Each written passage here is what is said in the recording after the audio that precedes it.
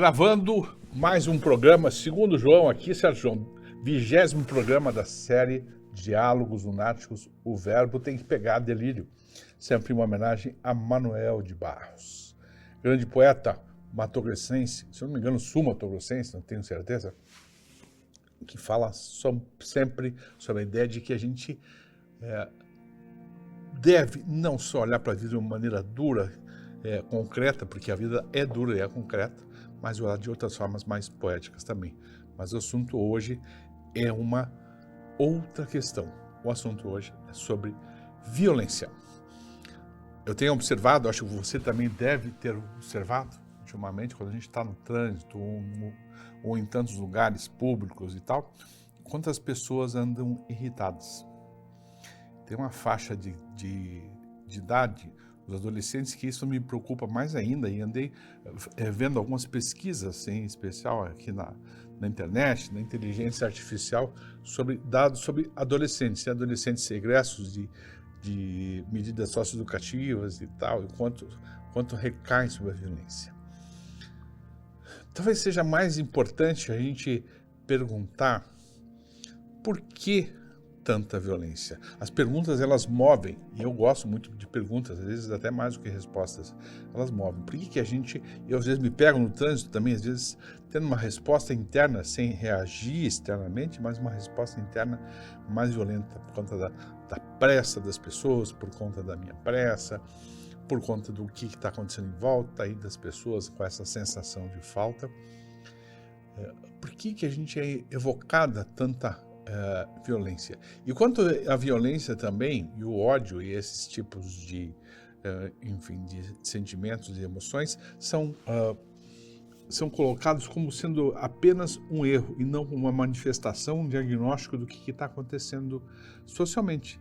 E o socialmente não é só aqui, né? A gente vê a violência não só no Brasil, mas no mundo inteiro. Em tantos lugares a gente vê as pessoas sendo agressivas umas com as outras, violentas, quantidade de guerras. Será que a gente precisa, e alguns teóricos aí da psicologia, da filosofia, trazem essa questão, será que a violência é uma necessidade humana, ela regula alguma coisa, ela tem uma finalidade de dar algum sentido às coisas, ou de culpabilizar outras pessoas, outras instituições pelas coisas que estão acontecendo? O quanto da sua violência, o quanto da minha violência faz parte desse tipo de projeção? Aquilo que me falta, eu preciso de imediato culpar o outro ou agredir o outro. E aí tem uma pergunta ainda mais importante. O quanto da violência ela é voltada a você mesmo? O quanto você usa de energia do seu dia a dia para, perceba isso, o quanto você usa de energia do seu dia a dia para se agredir. E é interessante a gente pensar que às vezes essas agressões elas são conscientes, às vezes elas são tão inconscientes. Às vezes a gente agride o corpo, a gente já falou um tanto aqui sobre a psicossomática, estamos aparecendo outros temas para a gente poder falar aqui, mas na psicossomática, às vezes a gente agride o corpo e adoece por conta de não dar conta de algum transtorno, de alguma coisa, de um processo de violência. Quando a gente passa por processos de violência extrema e a gente é submetido a transtornos de estresse pós-traumático, às vezes a gente somatiza porque a gente não dá conta. Interessante a gente pensar que, mesmo maduro, a gente às vezes não dá conta do excesso de violência, da nossa própria violência, da violência dos outros, da agressividade. Mas imagina só o que você traz de carga disso que você passou internamente desde a sua infância. Aquilo que foi tocado em você na sua infância e coisas que você não se recorda e ficam guardados no seu corpo. Então, às vezes, essas violências são guardadas, ou essas coisas dramáticas, intensas, são guardadas no corpo e são manifestadas em forma de diversas doenças. Para você entender, para você perceber, talvez seja melhor, talvez a primeira grande violência, ou uma das primeiras, talvez a mais importante, é o próprio nascimento. O nascimento é uma cena bonita, uma cena intensa e tal, mas é de uma agressividade imensa. Imagina, você viveu uma vida inteira, porque até aquele momento, até aqueles 9 meses, você viveu uma vida inteira dentro de um útero relativamente protegido. Às vezes alguns traumas vêm desse lugar por conta de emoções que a mãe passou, enfim, coisas mais profundas ficam guardadas no corpo, em especial nas camadas, nas coraças superiores. A gente vai falar um pouquinho sobre coraça ocular hoje, sobre as camadas superiores, e isso se manifesta de uma forma intensa. O quanto será que você já pesquisou, já sabe como foi o seu nascimento? Foi um parto tranquilo, foi um parto demorado, foi um parto de cesárea? Vale a pena você pesquisar, dar uma olhadinha na internet, as diferenças em termos de saúde mental das pessoas que tiveram um parto de cesárea e tiveram um parto natural.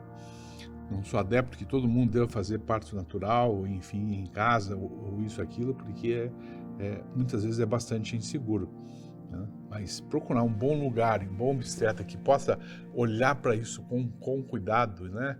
E não só estar preocupado com a hora certa de nascer, porque tem outras coisas a serem feitas e tal, mas tenha um bom cuidado com isso. As primeiras impressões, a luz forte no começo, ela traumatiza. A gente carrega traumas intensos da luz forte inicial, a gente carrega memórias da vida intrauterina de uma forma muito intensa. Essas memórias passam na infância e na adolescência a se manifestar de uma certa forma. Interessante a gente pensar que a adolescência é um termo cunhado praticamente, e o Contaro Cagliari falava muito bem, tem um livro chamado Adolescência, se não me engano, publicado pela Folha de São Paulo, falava exatamente sobre isso. Adolescência é um termo que vem aí no pós-guerra, praticamente. Um adolescente revoltado, um adolescente que precisa brigar com a família, se libertar e tal, não é algo que seja historicamente ou biologicamente comum, como também é a questão da infância, né? A infância é um termo que na Idade Média não havia. A partir daí começou a ter infância, mas era sempre um pequeno adulto ou um adulto normal, mas toda criança trabalhava, fazia as coisas, todos tinham que fazer, e aos poucos socialmente as coisas foram adequadas. O quanto dos conceitos que a gente tem são conceitos que a gente jura que são fixos, mas não são. O quanto esses conceitos são voláteis, são criados com o tempo. A adolescência é um desses. Contado traz uma experiência, ou traz uma leitura muito interessante. Ele diz assim: o jovem adolescente rebelde, ele era rebelde por conta de representar aquilo que os pais deles não podiam fazer na época de guerra. Ou seja, se rebelar contra o sistema, contra a guerra, contra as coisas que estavam acontecendo, os medos que estavam passando, e engoliam aquilo tudo. Uma forma curiosa de se pensar, uma forma interessante de se pensar. O quanto a gente está sujeito às vidas que vieram antes da gente, as pessoas que vieram antes da gente, as pessoas que vieram em outro momento antes da gente e que passaram por fatores traumáticos. A gente observa aí, dentro dos processos de trauma, pessoas que têm traumas de guerra e que os avós passaram por traumas de guerra, né? E às vezes representam cenas violentas. Você deve ter visto em alguns sonhos, às vezes você tem talvez alguns sonhos estranhos, onde você percebe desejos fortes, violentos, agressivos, e também a sexualidade é um impulso de agressividade, né? É interessante a gente pensar sobre isso. A sexualidade é um impulso saudável de agressividade, mas que pode se tornar bastante violento também, se não houver um acordo de ambas as partes. Na adolescência, essa que é construída após, isso se manifesta cada vez mais intenso agora.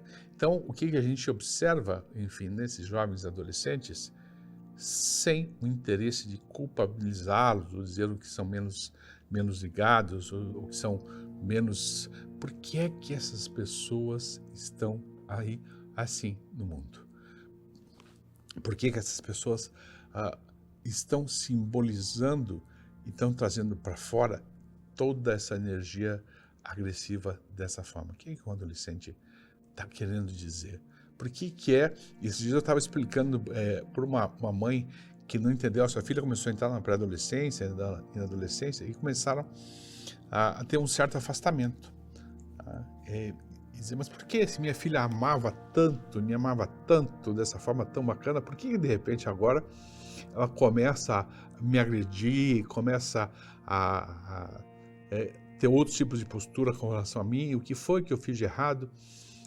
Eu diria que é exatamente o inverso. É que você fez tudo certo. E a sua filha ama tanto você que para ela poder se voltar para a vida e cuidar das outras coisas, em outro momento ela vai voltar, ter outra relação, ela vai precisar ser um tanto quanto agressivo por algum tempo. E você vai ter que suportar, que é um dos grandes segredos da vida. Quanto de carga você suporta?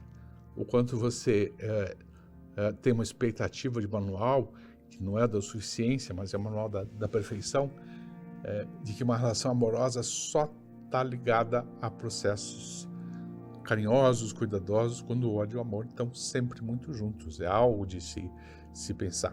No segundo bloco, a gente vai falar um pouco mais sobre coraça corporal, na visão do Reich, vai falar um pouco mais sobre eu não gosto desse termo, falar um pouco mais. Ele vai falar mais sobre a adolescência e a agressividade, a forma como a gente pode dar conta disso.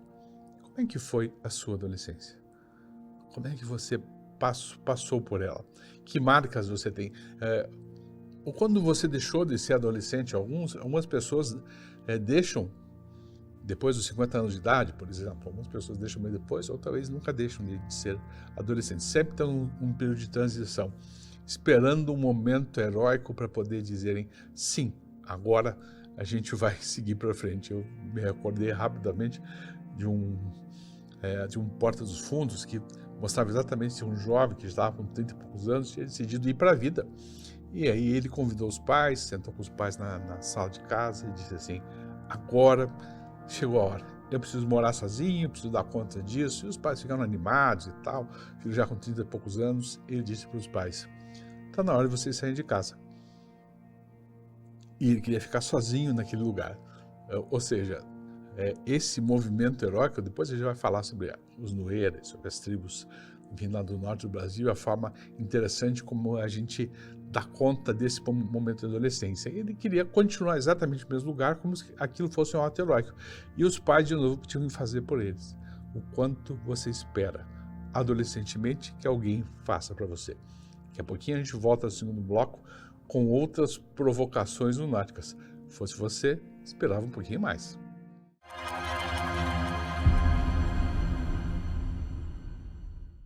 Os lançamentos da Atlas chegaram para transformar a sua cozinha. Cozinha UTOP completa, cooktop UTOP, vidro temperado, queimadores mega e tripla chama. Chamas para mais potência na hora de cozinhar. Forno de embutir UTOP, acabamento moderno, timer de desligamento automático, vidro interno removível e acabamento limpa fácil. Depurador UTOP 2 em 1, painel touch que une praticidade e tecnologia. O produto pode ser transformado em coifa. Para um bom entendedor, uma cozinha Atlas.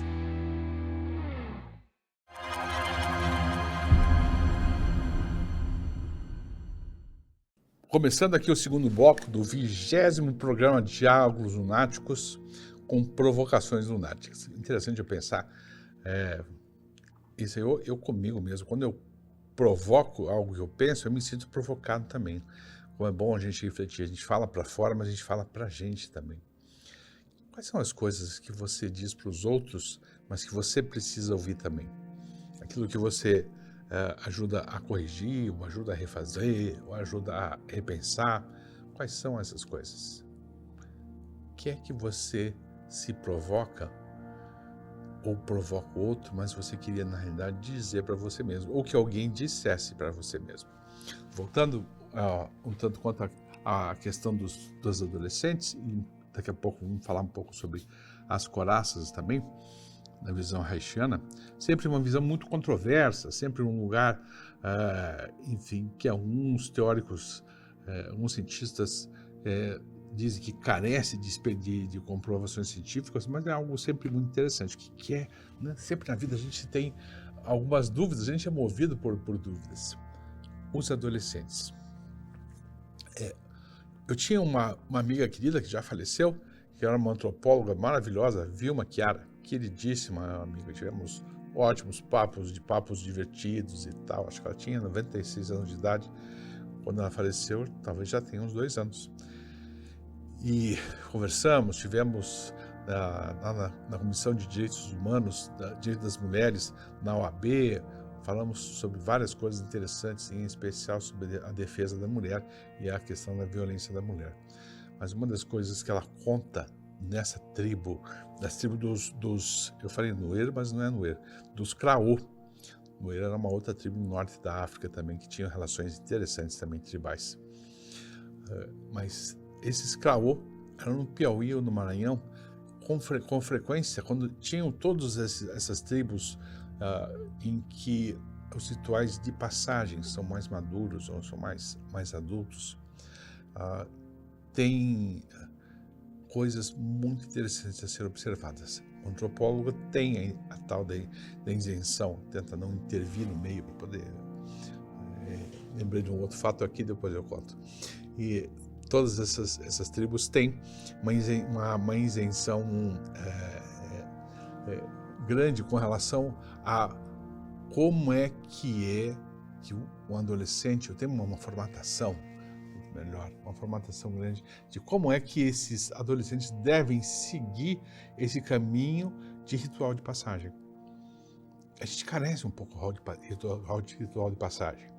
Logicamente, a gente vê alguns exageros, hoje em dia vê rituais de passagem como se fosse só uma coisa masculina, intensa, grave e tal, né? Mas ritual de passagem é como um adolescente passa da vida de adolescente para uma vida adulta. Nessas tribos, em especial dos Kraô, então o pai acompanha o filho até a beira da floresta e o filho ele vai caçar na floresta e não pode voltar enquanto não trouxer uma caça de volta. Essa é uma observação e a gente já quer emitir alguns juízos sobre isso, mas é interessante pensar que isso é uma forma muito amorosa e muito carinhosa de poder se fazer um ritual de passagem para essas tribos. Talvez aqui a gente não precisa agora ir para a floresta caçar, mas a gente encontre outros rituais. Os meninos vão para a floresta.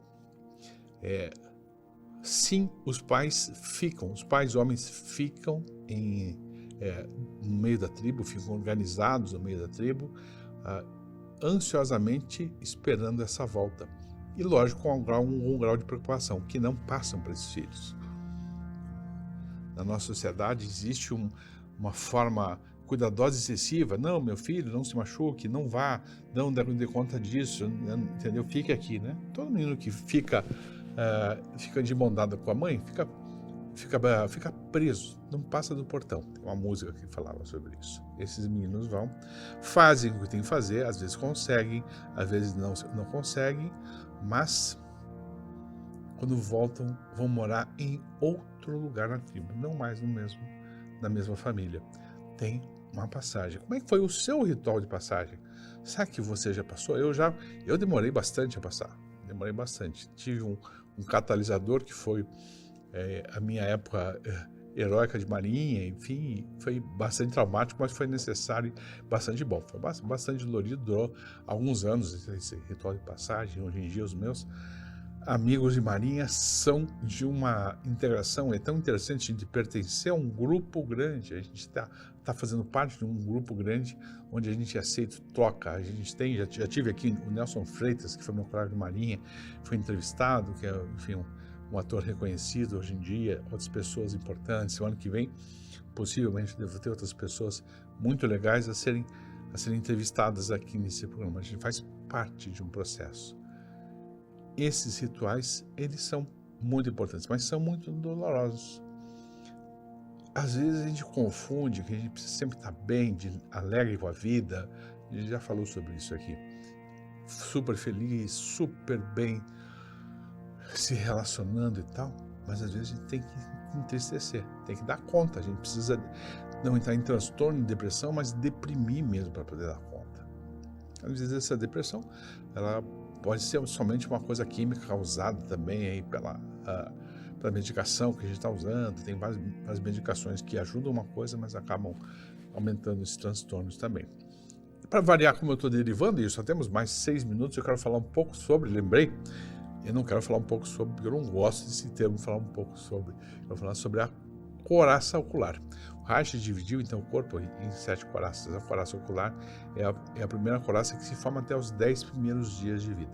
Ela é essencial porque ela vai dizer de como a gente vai se relacionar com a vida e com as coisas em volta. Se a gente vai ficar encapsulado, preso para sempre, dessa forma segura, isolado dos outros, porque os outros sempre vão significar algo mais grave, mais temeroso, a gente precisa dar conta desta relação. Então, ela se manifesta na região da testa, dos olhos, até a forma como os olhos abrem e fecham, parte das deformidades, segundo Reich, que alguns pesquisadores acham controverso, parte disso, a miopia posterior vai estar envolvida, o estrabismo, enfim, uma série de coisas podem indicar processos ou trazer leituras bem interessantes e algumas intervenções reichianas. Antigamente até eu fazia, hoje em dia eu só trabalho online, trabalho no consultório e saio praticamente para poder fazer as minhas palestras. Visita lá meu site, antonioluna.com.br, visita o meu Instagram, @TonioLuna também. Enfim, tem uma mentoria para palestras, que a gente já fez aqui um diálogo lunático sobre ele.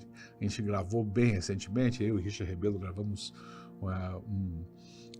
um podcast, um videocast, no caso, né, bem interessante, exatamente sobre como falar bem em público. Mas essas inscrições corporais fazem com que a gente tenha que dar conta de coisas muito interessantes, que a gente tenha que dar conta de vida de uma forma muito particular e muito solitária.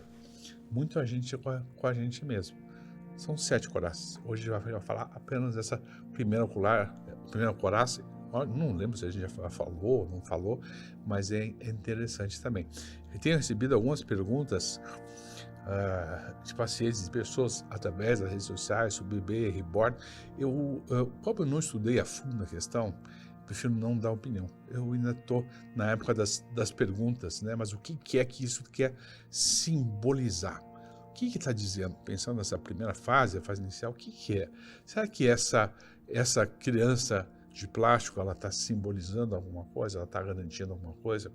Às vezes a gente vê algumas postagens e a gente pensa, é brincadeira? Realmente essa pessoa está com receio? Está com essa relação mesmo? Ou ela está brincando ou não está brincando? Interessante perguntar o que isso simboliza. Essa agressividade toda que a gente encontra aí nos meios à nossa volta, o que está simbolizando? Como é que está dizendo? Toda essa revolta adolescente eu já tive em algumas instituições aqui e em Brasília também, de medidas socioeducativas. É sempre um lugar muito perigoso, muito temeroso. Tem essa adolescência impulsiva e tal, e são lugares onde a gente sempre passa por uns riscos. As pessoas que trabalham em medidas socioeducativas sabem disso, o quanto não é fácil, talvez às vezes mais difícil do que uma própria prisão de adultos. Eu estava lembrando um tempo que eu trabalhei lá com grupos de policiais no presídio da Papuda, lá em Brasília também, sei lá quantos milhares de presos, mas o bloco onde eu trabalhava, acho que era o bloco 2, se eu não me engano, o bloco onde eu trabalhava, fazia meu trabalho lá com os policiais, tinham 2.000 internos. E era uma bagunça, era uma festa o tempo todo. É uma festa que pode a qualquer momento eclodir em agressividade. A gente percebe guetos, percebe pessoas isoladas, percebe pessoas que encontram sentido na briga. Me recordo que muito tempo atrás, talvez uns 20 anos atrás, eu atendi um rapaz que ele ia no campo torcer. Então, quando tinha um jogo do Curitiba, do Coxa, aqui em Curitiba ele era Coxa, ia brigar com a torcida rival. Quando era jogo atlético, ele virava um atleticano e ia brigar, porque ele queria brigar. Ele precisava bater. Ele só estava naquele lugar porque achava excitante, que dava algum sentido na vida dele. Quais são os sentidos que você encontra na sua vida? Como é que você se provoca de uma maneira interessante, de uma maneira suficiente? O que precisa ser grandioso? Ou será que pequenas coisas podem ser grandiosas também? Manuel de Barros, por que às vezes a gente não pode observar um mato, um passarinho, olhar aquilo que está à nossa volta e achar, talvez agora isso seja suficiente? Por que a gente precisa ser sempre tão grandioso e ter tanto sucesso? Eu sempre tenho receio E eu nunca faço isso, de a pessoa, sucesso nesse tal empreendimento, ou sucesso nessa forma de pensar. Não sei, o que é o suficiente. Me recordo uma vez que eu estava em uma chácara aqui próximo a Curitiba, no bairro de Santa Felicidade, andando no meio do mato, estava fazendo um trabalho, e o mateiro que cuida daquele lugar disse assim, algo que eu nunca tinha pensado. Eu observava a volta, tentando ver se eu via os bichos, os animais, os pássaros que estavam cantando, e disse assim, você já imaginou quantos bichos, quantos pássaros estão olhando para a gente, observando a gente nesse momento? Que visão interessante. Isso para que serve? Serve para aguçar a nossa curiosidade, serve para poder trocar. A gente precisa parar para pensar, às vezes não esperar que a vida seja só grandiosa. Às vezes pequenos gestos, pequenas ações, sair do casulo e se arriscar é algo que vale muito a pena. Sempre que eu encerro um programa, eu pergunto para o João, que está aqui na técnica, se o programa foi bom. Ele só fala uma coisa, perfeito. Eu peço para ele dizer que é lindo, mas ele nunca diz que é lindo. Mas isso é só uma provocação. Por que eu provoquei você hoje? Eu sei o que eu me provoquei. Eu espero você no 21º programa que vai ser gravado na semana que vem. Fique bem, até a próxima.